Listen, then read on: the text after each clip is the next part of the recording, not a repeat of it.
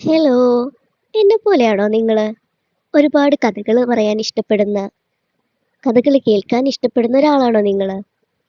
ഞാനെന്ന് പറഞ്ഞാല് കഥ പറയാൻ തുടങ്ങിക്കഴിഞ്ഞാ കഥയോ കഥ എന്ന് വെച്ചാ ഞാനിപ്പോ ഒരു സംഭവത്തിനെ കുറിച്ച് പറയുകയാണെന്നുണ്ടെങ്കിൽ, ഇല്ലെങ്കിൽ ഞാനൊരു സ്ഥലത്ത് പോയ കാര്യത്തിനെ കുറിച്ച് പറയുകയാണെന്നുണ്ടെങ്കിൽ, ഞാൻ എൻ്റെ വീട്ടിൽ നിന്ന് ഇറങ്ങി ആ സ്ഥലത്തെത്തി പോകുന്ന വഴിക്ക് ഒരു പൂച്ചയോ പട്ടിയോ കണ്ടിട്ടുണ്ടെങ്കിൽ അതുവരെ ഞാൻ പറയുന്ന കഥയിൽ ഇൻക്ലൂഡ് ചെയ്തിട്ട് പറയുന്ന ഒരാളാണ് കേട്ടോ ഞാൻ. എനിക്ക് അങ്ങനെ പറഞ്ഞാലേ ഒരു സംതൃപ്തി കിട്ടുള്ളൂന്നേ. അങ്ങനെ സംസാരിക്കുന്ന ഞാൻ എൻ്റെ കോളേജ് ടൈമിലും സ്കൂൾ ടൈമിലും ഒക്കെ ഫ്രണ്ട്സിൻ്റെ അടുത്ത് കഥകൾ പറയുന്ന സമയത്ത് അവര് പറയായിരുന്നു, നീ പറയാൻ വന്ന കാര്യം പറയ്, എന്തിനാ ഇതൊക്കെ പറയണേ, എന്തിനിങ്ങനെ വലിച്ചു നീട്ടണേ, നിനക്ക് ആ കാര്യം മാത്രം പറഞ്ഞാ പോരെ, എന്തിനിങ്ങനെ പറയണേ.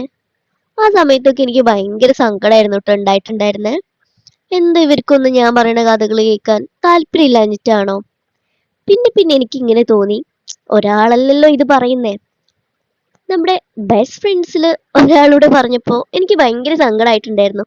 അന്ന് ഞാൻ ഇങ്ങനെ ചിന്തിച്ചു. അപ്പൊ എനിക്ക് മനസ്സിലായി, ഞാൻ മാത്രാണ് കൂട്ടത്തില് ഇങ്ങനെ കഥകൾ പറയുന്നേന്ന്.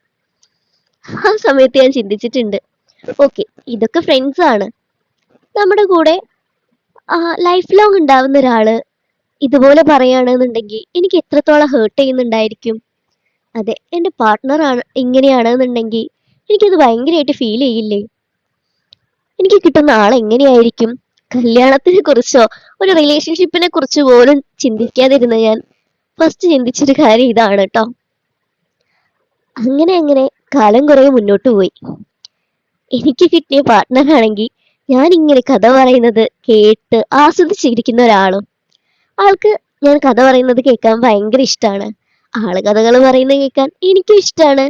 കല്യാണത്തിന് മുന്നേ ഞങ്ങൾ ഇങ്ങനെ രാത്രിന്നോ പകലെന്നോ ഇല്ലാതെ വാ തോരാതെ സംസാരിക്കുന്ന സമയത്ത് ചുറ്റുള്ളവര് പറഞ്ഞിട്ടുണ്ടായിരുന്നു, ഇപ്പൊ കഥകളൊക്കെ പറയാനുണ്ടായിരിക്കും, കല്യാണം കഴിഞ്ഞു കഴിഞ്ഞാൽ അതിനുള്ള ഒരു സമയം ഉണ്ടായിരിക്കില്ല, രണ്ടുപേരും രണ്ടുപേരുടേതായിട്ടുള്ള തിരക്കുകളിലായിരിക്കും. അതുപോലെ തന്നെ ഇപ്പൊ അവര് തരുന്ന അറ്റൻഷനൊന്നും കല്യാണം കഴിഞ്ഞാൽ തരില്ലാന്ന്. പക്ഷെ എന്റെ കാര്യത്തില് അവരാരും പറഞ്ഞ പോലെ ആയിരുന്നില്ല കേട്ടോ. കല്യാണം കഴിഞ്ഞു കഴിഞ്ഞപ്പോ ഞങ്ങൾക്ക് കഥകൾ പറയാൻ ഒരുമിച്ചിരിക്കാൻ സമയം കൂടുതൽ കിട്ടുകയാണ് ചെയ്തിട്ടുള്ളത്. ഇന്ന് 2 വർഷം തികയുന്ന സമയത്തും ഞങ്ങള് അന്നത്തേതിന് അടിപൊളിയായിട്ട്, അന്നത്തുള്ളതിനേക്കാട്ടിലും ഒരു ഇരട്ടിയായിട്ടെങ്കിലും ഞങ്ങൾ ഇപ്പൊ കഥകൾ പറയുന്നുണ്ടായിരിക്കും.